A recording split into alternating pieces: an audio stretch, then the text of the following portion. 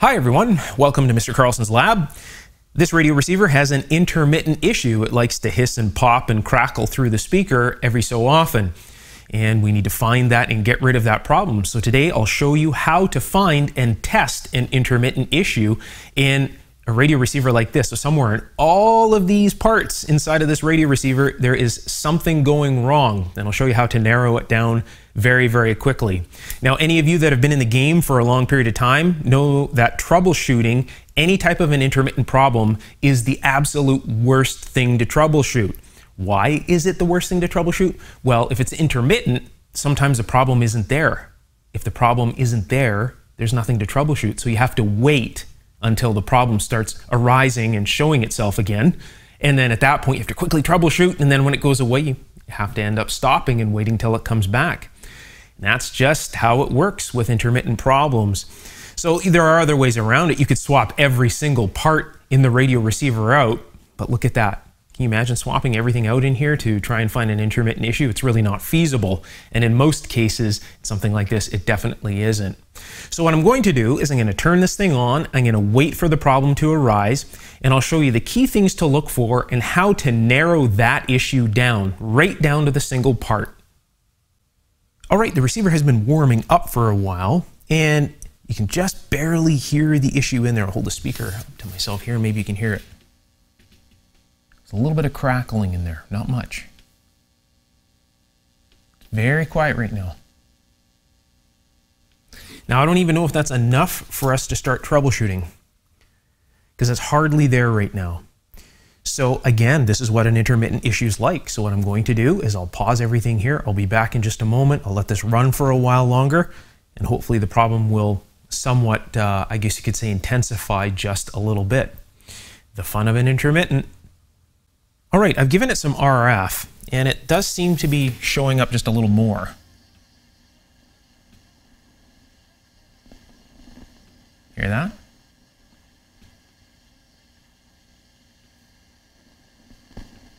There it is.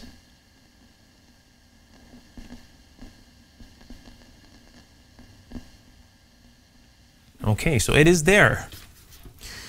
So now what we need to do is we need to run down the path and see if we can locate that. Now, one of the things that I have noticed, the first things that you want to do is just look for physical signs of things. And I'm watching the actual regulator tube itself, the 0D3, and I can see that it's actually dimming and brightening up as that's happening.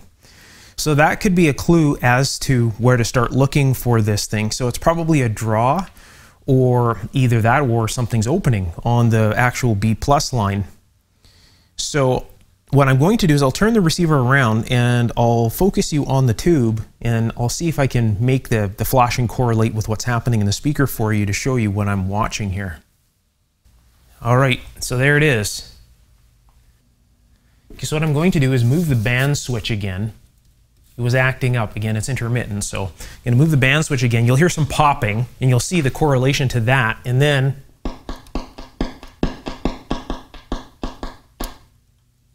okay, so hopefully that'll spur it on. Come back here. There is some changing in there, so something is moving around, but it's not making... There it is. See that?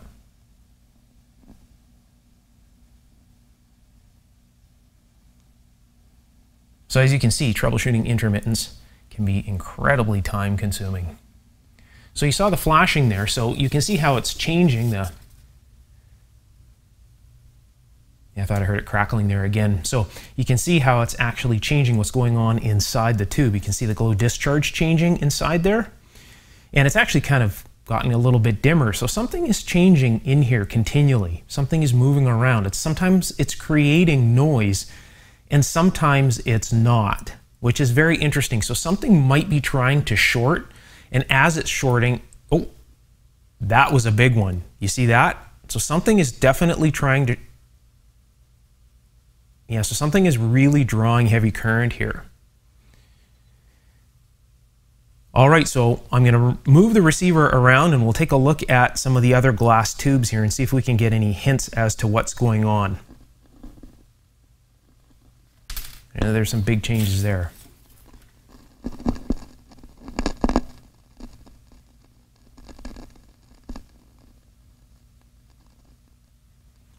Hopefully this thing keeps acting up so we can find this. You may recall in the previous video that I replaced most all of the vacuum tubes in this radio receiver, and that includes the 6K6. So this is a replacement 6K6 tube. Now, what I didn't tell you is why I replaced the 6K6. Most all of the tubes in this radio receiver were tired, so their emission was low, but I replaced the 6K6 tube for a different reason. The 6K6 tube, or the tube that was branded 6K6 that was put into this radio receiver, wasn't really a 6K6. And this is quite common as tubes were being produced because it saved the tube manufacturers a lot of money just to take a completely different tube with similar specs and brand it the same number as something else. So the tube that I pulled out of here was actually a 6V6 branded as a 6K6, and it's a completely different tube. A 6K6 is actually a power pentode, whereas a 6V6 is really a beam tetrode. Now you might be going, hey, I've got manuals that say 6V6s are pentodes as well. Well, I'm going to show you a little secret that shows you that they aren't. They're beam tetrodes. And it's much like a 6L6 or an 807. They're all beam tetrodes. So the internal structure of a tube like this, which is a power pentode, now it's not a beam power pentode, it's a power pentode because there are no beam forming plates inside this. All right, so being just a power pentode, it actually has a wound suppressor grid, which is this post right here. Okay, so you see a post here, and then the furthest post out on this side. All right. So these two copper looking posts right here are the control grid. So that's what controls the tube. All right, that's where the signal goes in. So there's spiral wire wound around these, and it goes all the way down the center of the tube, right down to this bottom mica spacer here. The second posts that you see are the screen grid. So there's wires wound like this all the way down to the bottom again. And then we have a suppressor grid, which is the furthest one out, which is the furthest amount of wire wound out here. All right, so that's an actual suppressor grid. And the suppressor grid is designed to suppress secondary emission. So this actually is a power pentode by classification. 3 wire wound grids inside here. So the tube that was pulled out, being a beam tetrode, actually didn't have a suppressor grid. It had beam forming plates where this grid is supposed to be. So it has different specs, and that really does mean a lot. But since the specs were close and manufacturers could get away with it back when, they would take one run of tubes, say 6V6s, and brand them 6K6s and 6V6s. This is a real problem nowadays with the 12AX7. So if you're a guitar person or whether you're an audio person, then you have big audio amplifiers that are all vacuum tube. If you've been buying recent 12AX7s, you might actually be buying 6 DJ8s with 12 volt filaments. So the only thing that they've retooled is the filaments. So anyways, I'll talk more about this in the video. I'll cram your heads full of vacuum tube knowledge here in this video, and I'll show you how to spot the differences between the two. This is stuff that just is not talked about. Anyways, so I changed the lens on the camera to show you an issue that is cropping up with this 6K6. All right, so if you take a look through this little hole right here, you're going to see a problem. And I'm going to turn, right now the receiver is in transmit mode, so the B+ is cut. So when I put it back into receive mode, what's going to happen here is it's going to apply B+. You'll see a nice little blue glow on the bottom, which is normal. That's an indication of a nice strong tube. And you'll see something happen in here that shouldn't be happening, which leads us very close to an issue. Okay, so I'll turn the receiver back on right now. All right, so here we go. If you buy brand new tubes and you see that little blue glow in places inside the tube, that's a sign of a nice strong tube. If the whole tube inside glows powder blue like the regulator tube did, that tube is gassy. All right, so just keep an eye on this little circle here and you're going to see the problem arise here very shortly. In fact, I think I can already see it now.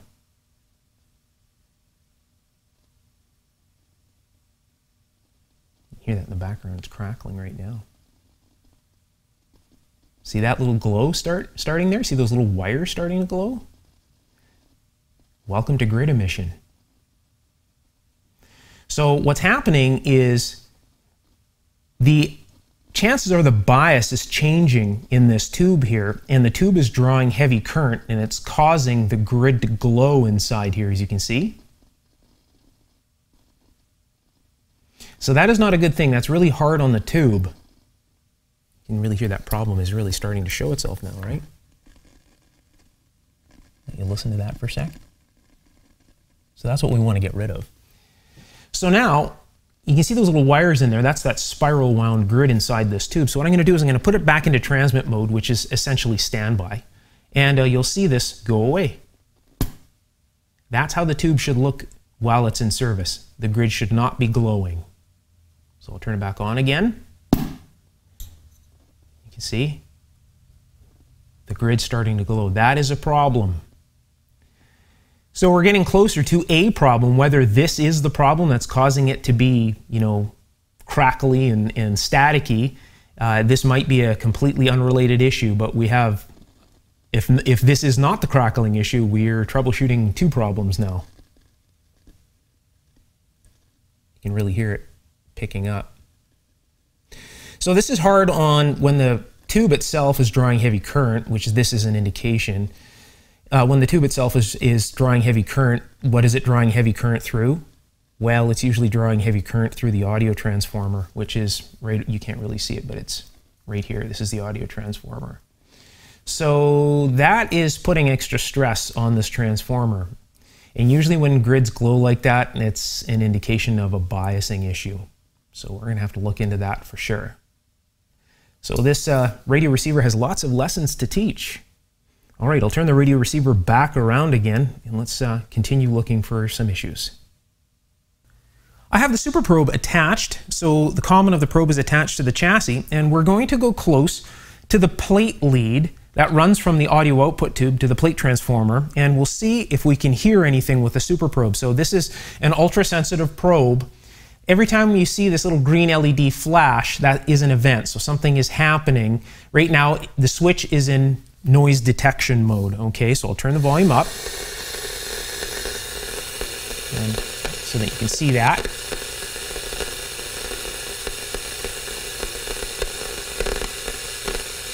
So it's very present at the audio output transformer. So these are the coupling caps down here. See if we get anything down there. You can still hear it. Yeah, you can see it. It's happening at the coupling caps as well.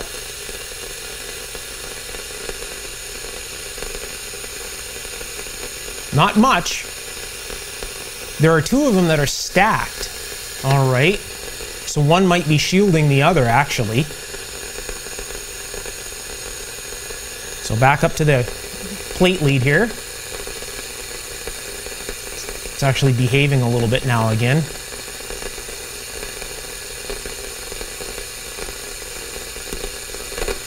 There it is.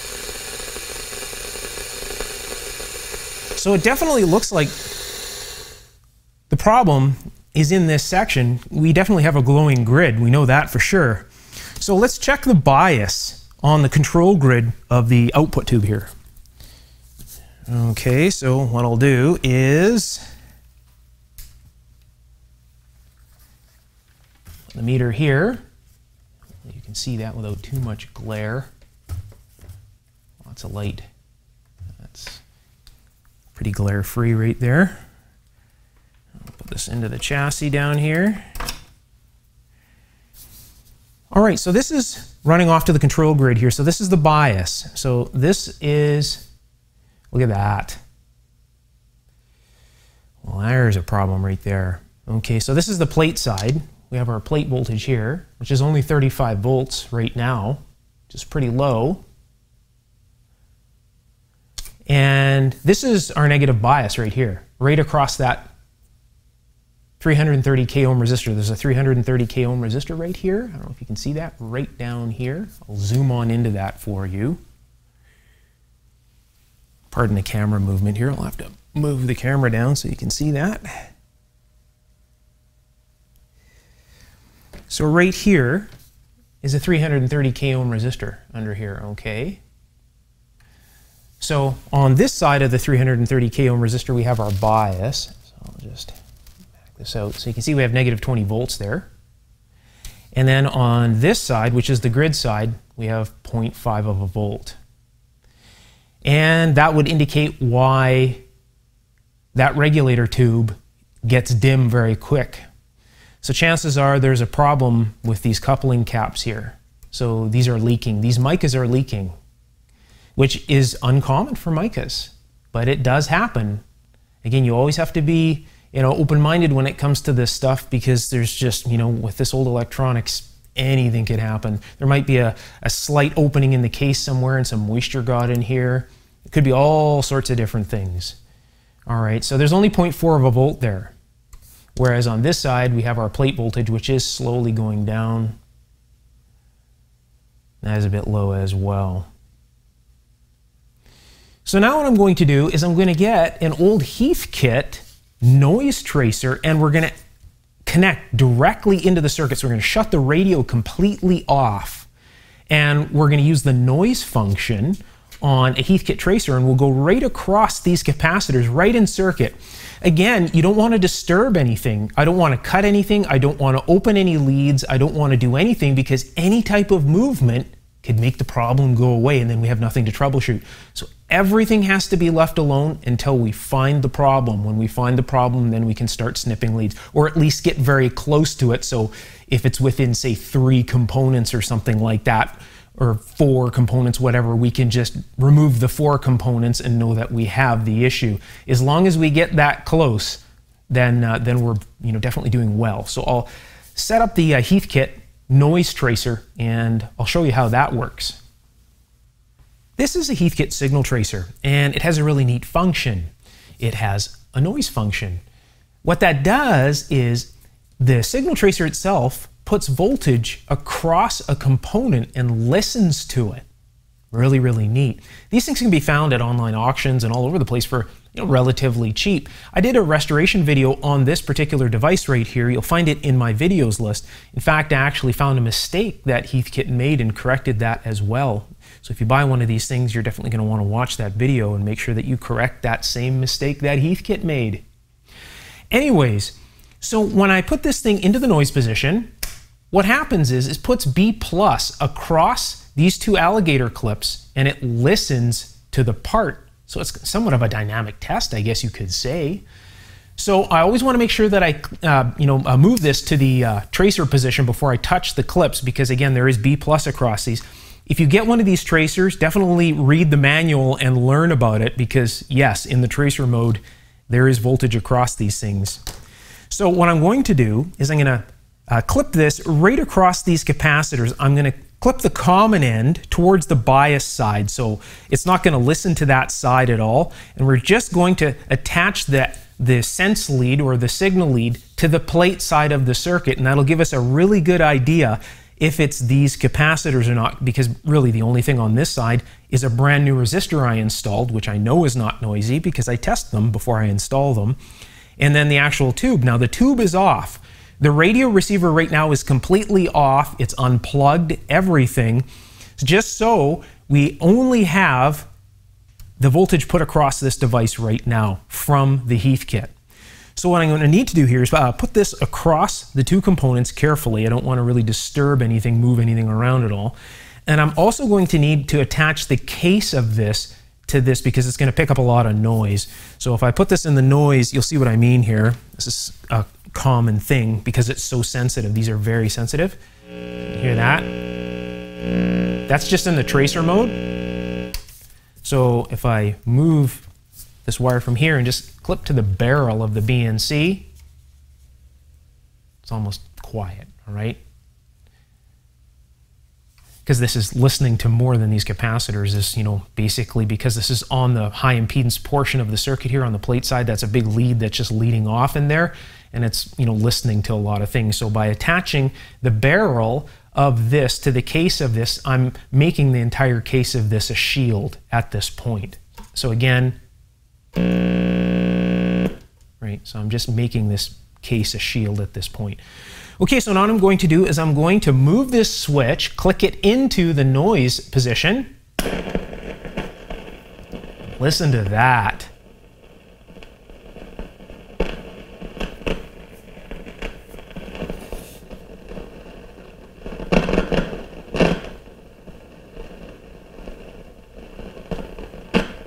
Bad, very, very bad parts. So we already know that they're leaking. We already know that they're leaking because the bias is completely going missing on that one side. Right? We had under a volt of bias here, and there's 20 volts here, so it should be very close to that at this side of the resistor, right? So just to give you an example, put this back to tracer mode, and I'll disconnect the signal lead and just lay it in circuit. Now it's disconnected, all right? Put it back into tracer mode, and that's how it should sound. Basically just somewhat open line noise, you know, almost like an open mic line noise is how it should sound. So what I'll do is I'll turn this back down, move that to tracer because I don't want to touch these leads when it's in the noise mode. And when it's in the noise mode, again, there's B+ across this. So I'll put this back into circuit, put it back into noise, turn the gain up.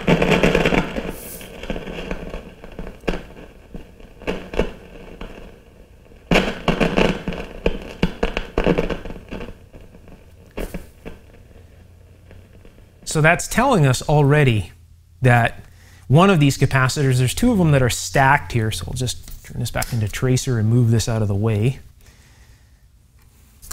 So I'll move on into here a little bit better, and I'll show you, zoom on into this. Move this up just a touch. Now you'll see that two of them are stacked. So it could be either one, it might be both of them. So we'll grab something to point with here.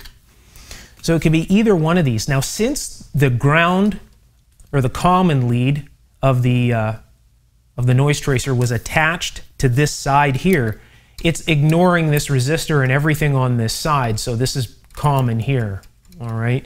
So it's listening from this side here, which tells us, you know, we can see a black wire that runs over here to here, and all these resistors were changed. These are all brand new parts. Now, I've also noticed one other thing. Somebody may have been looking for this problem earlier because the snubber capacitor on the transformer is missing.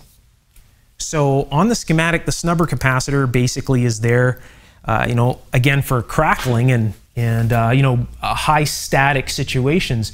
There should be a snubber capacitor from here or from here down to the chassis ground in order to stop the, you know, in order to stop this from being affected from large spikes. And that is not on here. You'll notice that there is no snubber capacitor whatsoever.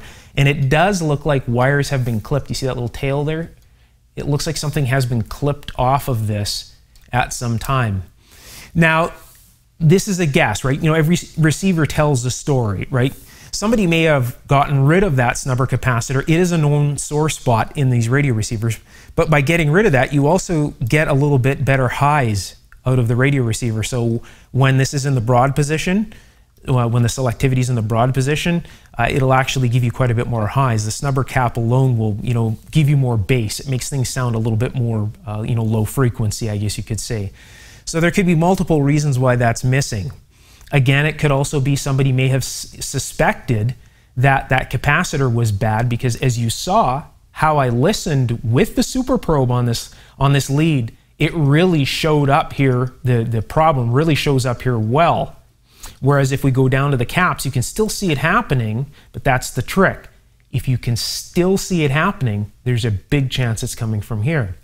Somebody may have thought that that troublesome snubber capacitor was going bad, and they may have clipped it out of circuit because it was so intermittent before, and found that, oh, maybe the problem's gone now because, again, it's very intermittent. It wasn't there all the time. And of course, you put the whole radio receiver back together, and a week or two later, you hear the problem again, right? So there's a good chance that somebody used a standard signal tracer, came close to this lead, and figured that they had found the problem. So there could be multiple scenarios there. So this will need a snubber capacitor added to it just to protect this transformer, which we'll end up doing in this restoration as well. But right now, since these are suspect, what we can do is I'm going to replace these. I'll clip these leads open. I don't want to desolder them. I don't want to heat this up because we might further complicate issues. And let's take a listen to both of these capacitors.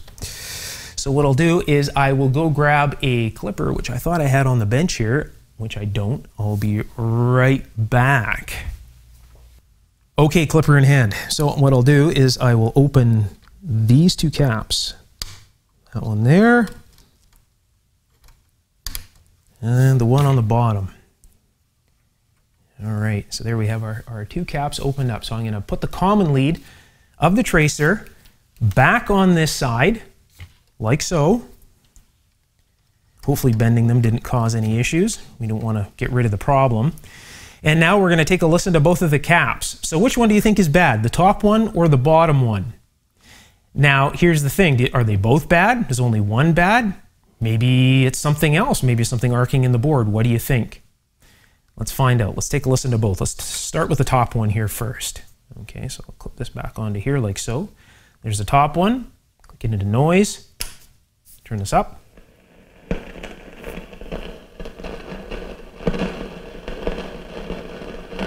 Well, there's definitely a problem there, isn't there?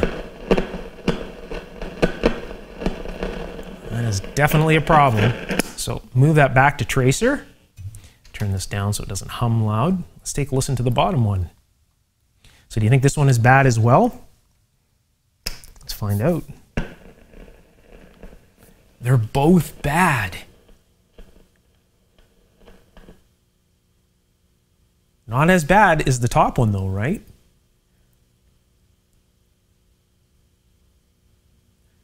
That one stopped. You see, that's how intermittents act. You see that? And then just like that, boom, it starts right back up again.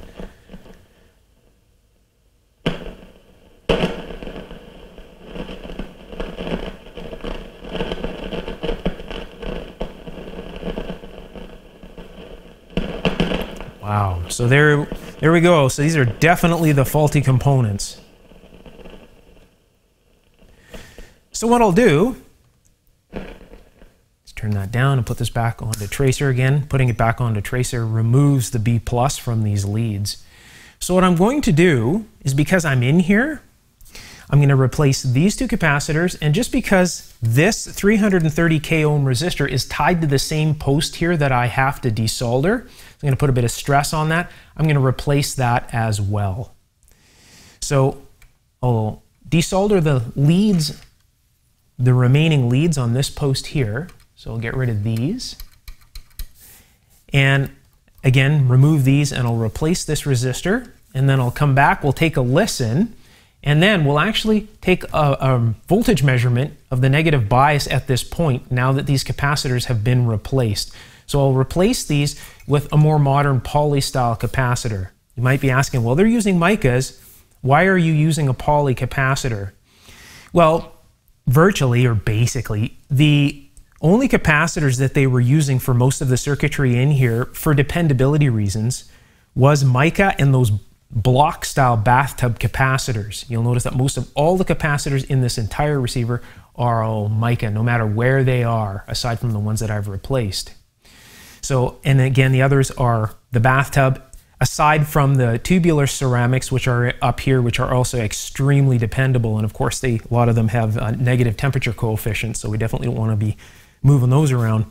But these here, the only reason that they're using these, they didn't use a paper and foil type or anything like that for the coupling capacitor, again, is just for reliability reasons. Well, nowadays, these capacitors are extremely reliable. Now, these are way more stable for an oscillator circuit than one of these are, but we're not in an oscillator circuit. We're only in an audio coupling circuit. So we're coupling the plate of the previous stage to the grid of the 6K6. So we're not really looking at any type of frequency drift or anything by using a capacitor like this. That's why you see these very widely used in audio service. You cannot, absolutely not, use these capacitors in any type of an oscillator circuit. You can't use, any type of a capacitor like this or anything in an oscillator circuit. They have to be either an NP0 type capacitor, a mica capacitor, and in some cases a polystyrene style capacitor, which I would definitely not use anymore. So it would be either one of the two. a mica, or an NP0 in an oscillator circuit. But again, since this is an audio, this will be absolutely fine because we're not having to deal with anything that will, deal with frequency instability or anything like that. The new components are installed. So there's the new capacitor here, which replaces both of the other ones. So this is 0.01 microfarad. So the other capacitors were 0.0047 microfarad in parallel. So two of them in parallel becomes just about 0.01 microfarad. So it just replaced with one small cap now. And this is the 330 k ohm resistor that was replaced. Zoom in just a little bit closer so you can see that. Another Allen Bradley style, brand new Allen Bradley style resistor down there. All right, so let's take a look at the bias voltages. I just turned the thing on, so I'll grab my meter over here and hook that all back up. All right, put that over here. So what do you think it's going to be? What's your guess? I'm guessing somewhere between 15 and 20 volts, somewhere, with the reduction in load and all that kind of stuff. So probably going to be, yeah, I'd say between 15 and 20 volts. Get the glare off of this. All right, not so glary. All right, so this is the power supply side of the bias. So there's that 330 k ohm resistor that isolates the bias from the grid, the actual supply itself from the grid. So this is the supply side. 16.4 volts, not bad. And what do you think the other side is going to be? So remember it was 0.5 of a volt or something like that? So what do you think it's going to be over here? Well, it should be very close to this side. And there it is, 16.0 volts. And that's how it should be. So you can actually hear it humming in the speaker now. Hear that? So that's working a lot better. The regulator tube on the top is nice and bright, so it's a nice, bright, somewhat of a lavender color. It's doing well, purpley lavender color. So that's all okay. So now, I don't know if you hear that, but I'm still hearing a slight bit of crackling in there. So the volume is turned right down, so it's definitely after the volume control. I'm thinking it's probably this capacitor too. So it seems like the capacitors that were close to these two heat generating devices, these two big resistors here, are grouchy because of that. There it is, can you hear that?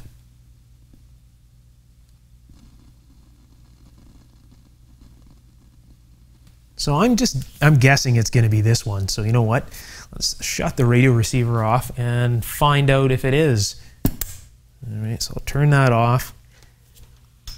And I got the signal tracer still right over here. So let's back this out a little bit so you can see everything here. So let's go, since this is going over to the tone control, I believe. Let's put this side here, the negative side, towards that. Or the common lead towards that. And let's put this on the plate side again. And then what I'll do is, you hear it's buzzing in there, I'll grab the lead from over here again, caught underneath that, and put this here to here. There we go. All right, let's put it on noise and see if this one's noisy as well.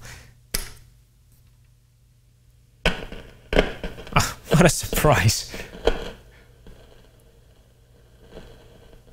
So that one's noisy too.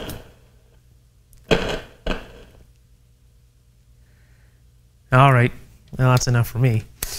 All right, I'll replace this one here. We'll take another listen. All right, new capacitor installed. So let's take a listen to it and see what the voltages are like. So turn that on. And I will grab my meter here. Put that here. Zoom on into this just a little bit. Wait for it to warm up. Give me a second to untangle my leads here. We never did look at the plate side, so let's see how much the plate increased. I believe it was in the low 30s, the 30 volt range somewhere. So let's see what it is now. Look at that. That's much nicer. So 70 volts on the plate of the audio preamplifier tube. So that's much better. So, and it's not crackling or popping anymore, so that tells us that you know, this was definitely the problem. So this is a replacement 0.0047 microfarad capacitor right here. So I've talked about reading capacitors, these domino style capacitors here in the past. I'll just quickly go over that actual reading portion. So you'll notice how it has somewhat of a little arrow, or it looks like an eye, and it's pointed this way. That means that you read this way, okay? So without going over all the colors here, 4700, right? 0.0047 microfarad. So yellow, purple, red. So 4700, that's 4700 or 0.0047 microfarad. Again, I've talked about mica capacitors. I won't go over the whole thing in this video, but I've talked about reading these things in other videos. The patterns change, and I guess you could say the coding is a little bit different depending on the manufacturers, but it's pretty standard that you start in the center and go down like this with most of them. So that'll get you reading most of these capacitors. And just for verification, hours later, this is sitting dead silent. No crackling, no popping, no anything. All the voltages are stable and everything. So those micas were definitely an issue. And by the looks of it, at least in the audio section, it's pretty much trouble-free at this point. So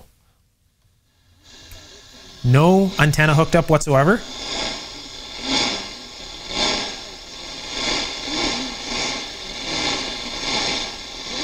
How's that for sensitivity?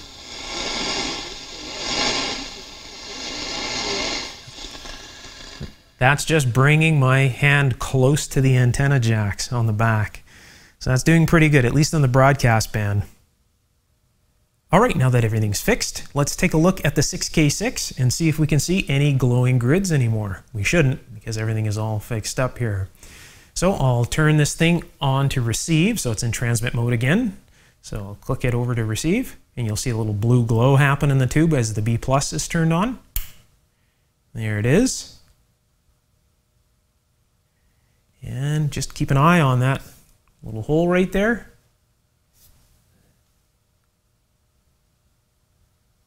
And we shouldn't see anything. If we do, there's definitely still a problem, but we shouldn't, because there's negative bias and everything's all fixed up there. And as you can see, no glowing grids whatsoever. So there's a little trick for you if you're ever working with anything that has a 6K6 in it, you know, a radio receiver, audio amplifier, or even a television that's using one as a vertical deflection amplifier. If you see any of the grids glowing, something is not right in the circuit. So I'll put it back on standby here. There it is. And I'll click it back into receive mode again, from transmit to receive. And we'll keep an eye on that. The tube is definitely a lot more comfortable. No glowing grids. That's a happy 6K6. Here's a little more vacuum tube knowledge for you that really isn't talked about. So we can see we have a 6V6 GTA, and they're calling it a beam pentode. General Electric is, and many other manufacturers are calling them beam pentodes. So they could be considered correct because pent meaning 5 and tode meaning electrode. We technically have 5 electrodes, right? We have a cathode, 3 grids, and a plate, which is the number 5 inside of this tube. Well, they're drawing the suppressor grid in this, or the beam forming plates, I should say, as an actual grid. So when you see the 3 little dots, that's usually denotes a wire wound grid inside of a vacuum tube. That's really not accurate. They should be shown as little cups on either side, and that's more representative of a beam forming electrode. So you can see here, you might be saying, well, this is a 6V6 GTA. It's not a GT or a 6V6. It says, except for heater ratings, the 6V6 GTA is identical to the 6V6 GT. So no getting off on technicalities here. So let's go to a manufacturer that's a little bit more, I could say, accurate with what they're calling things. So 6V6 GT and the 6V6G over here. What does it say? Output beam tetrode. That's exactly what it is. So if we zoom on in, this is how it should be drawn. Those are beam forming electrodes. All right, so, or collimation if you like. So what it's doing is it's creating columns inside the tube, columns that are guiding the electron beam towards the rounded portion of the plate and keeping it out of the corners really is what it's doing.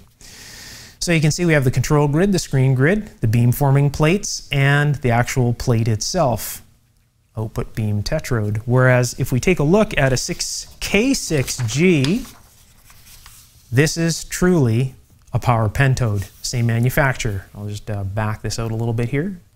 So you can see Brimar and Brimar. So this is the Brimar beam tetrode and pentode. All right. Now you're probably saying to yourself, well, what does all this really matter? Well, they're rebranding tubes, and they shouldn't really be doing that. So if you're, had one of these tubes and the vertical deflection amplifier here, I'm just going to adjust the actual exposure here so that it gets a little bit brighter. So if you're working on a vacuum tube television and you're working in the vertical deflection amplifier section and you replace this with an actual 6K6, you're going to be making more adjustments, because even though the actual specs are somewhat similar, they're not. They're not the exact same tube. So you can see this says 6K6 GT, when in fact this has beam forming electrodes in it. This, in every sense of the word, is or the term is a 6V6. That's all this is. It's not, definitely no 6K6. So if we look inside here, you can see those two little flat tabs, one on this side. I'll get something better to point with here. Maybe I can get a little bit more light on the subject too, that might help. So you can see inside this tube, we have, let's see if I can get it without shadows. Is there any way to do this? That's a little bit clearer there. So you can see we have the two control grids, which are the copper colored rods, and they're joined by this little bent piece of metal. And then we have the screen grid, and then where we would supposedly have the suppressor grid, we have this little flat tab. And that flat tab is part of those beam forming electrodes inside. You can kind of see it. It's right below here. So it's kind of a C shape. So what this is doing is it's basically keeping the electron flow out of the corners of the tube here, and it's focusing the electrons within this little area right here. So you can see that ridge right here and right here. It's focusing the electrons right onto this portion of the plate. This little tab here, if you see that little tab red plating, so you can see a little relief here. If you see the edges of this red plating, you know that the tube is usually being run outside its parameters. It's a nice little indication in these tubes. A little hint for you there. All right, so the corners of this are really seeing no electrons whatsoever, because they're being blocked by the beam forming electrode. So it's guiding the beam from the cathode, the electron beam, right into this kind of a half cylinder shape here is where they're all hitting, okay? Whereas if we look at the 6K6, I'll just pull the 6K6 out of the radio here. So if we look in here, this is truly a pentode, because you can see we have 3 grid posts, right? So that's the suppressor grid, the screen, and the control grid right there. So these are all wire wound grids. So in every sense, this is a true power pentode. Whereas this inside, as you can see, is completely different from a 6K6. In place of this suppressor grid, which is these 2 posts here, we have that beam forming electrode plate there.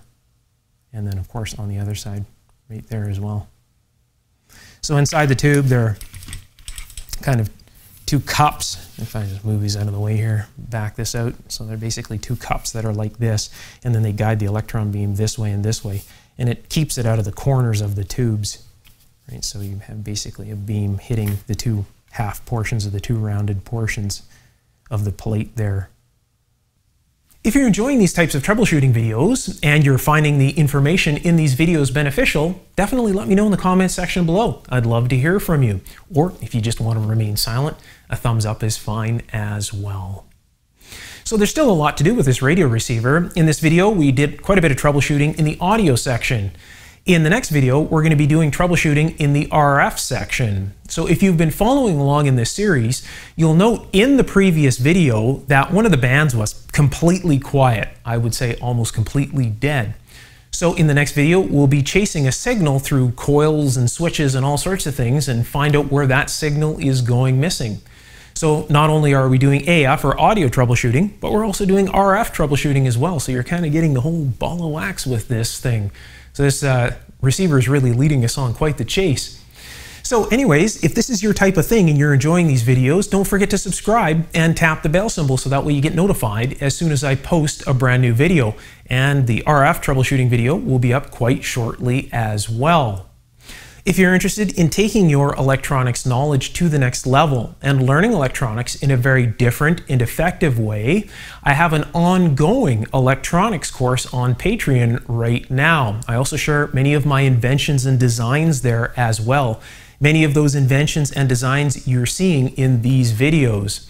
So I share all of those plans up there, as well as you get to learn really in-depth things about electronics. Definitely check it out.